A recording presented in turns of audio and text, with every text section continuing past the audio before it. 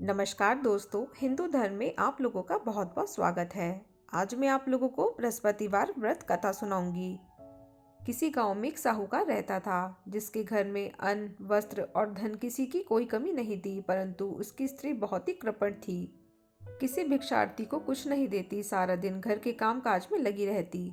एक समय एक साधु महात्मा बृहस्पतिवार के दिन उसके द्वार पर आए और भिक्षा की याचना की। स्त्री उस समय घर के आंगन को लीप रही थी। इस कारण साधु महाराज से कहने लगी कि इस समय तो मैं घर लीप रही हूँ, आपको कुछ नहीं दे सकती, फिर किसी अवकाश के समय आना। साधु महात्मा खाली हाथ चले गए।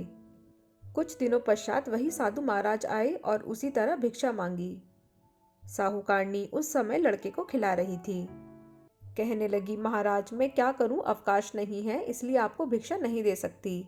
तीसरी बार महात्मा आए तो उसने उन्हें उसी तरह टालना चाहा, परंतु महात्मा जी कहने लगे, यदि तुमको बिल्कुल ही अवकाश हो जाए तो ही मुझे भिक्षा दोगी। साहूकारनी कहने लगी कि हाँ महाराज, अगर ऐसा हो जाए तो आपकी बड़ी कृपा होगी। साधु महात्मा जी कहने लगे कि अच्छा, मैं एक उपाय बताता हूँ। तुम बृहस्पतिवार को दिन चढ़ने पर उठो और सारे घर में झाड़ू लगाकर कूड़ा एक कोने में जमा करके रख दो। घर में चौका इत्यादि मत लगाओ। फिर स्नान आदि करके घर वालों को कह दो कि उस दिन सब हजामत अवश्य बनवाएं। रसोई बनाकर चूल्हे के पीछे रखा करो, सामने कभी ना रखो। सायकाल को अंधेरा होने के बाद दीपक जलाया करो तथा बृहस्पतिवार को पीले वस्त्र मत धारण करो, न पीले रंग की चीजों का भोजन करो।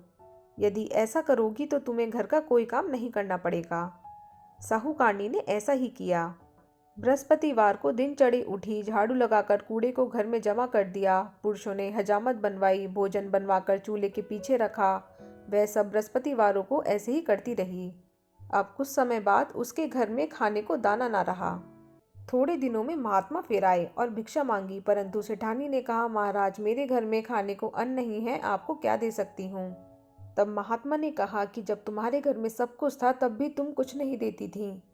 अब पूरा पूरा अवकाश है तब भी कुछ नहीं दे रही हो, तुम क्या चाहती हो वह कहो। तब सेठानी ने हाथ जोड़कर प्रार्थना की कि महाराज मुझे कोई ऐसा उपाय बताए कि मेरे पहले जैसे धन धान्य हो जाएं।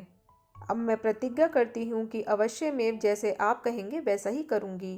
तब महात्मा जी ने कहा, बृहस्पतिवार को प्रातःकाल उठ के स्नान आदि से निवृत्त होकर घर को गौ के गोबर से लीपो तथा घर के पुरुष हजामत ना बनवाएं।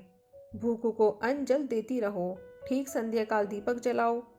यदि ऐसा करोगी तो तुम्हारी सब मनोकामनाएं भगवान बृहस्पति जी की कृपा से पूर्ण होंगी। सेठानी ने ऐसा ही किया और उसके घर में धन धान्य वैसे ही हो गया जैसे कि पहले था।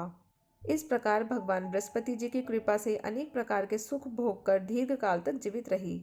तो दोस्तों, अगर आप लोगों को मेरा ये वीडियो थोड़ा सा भी हेल्पफुल लगा हो तो इसे लाइक और शेयर करना ना भूलिएगा और मेरे चैनल को सब्सक्राइब जरूर कीजिएगा। धन्यवाद।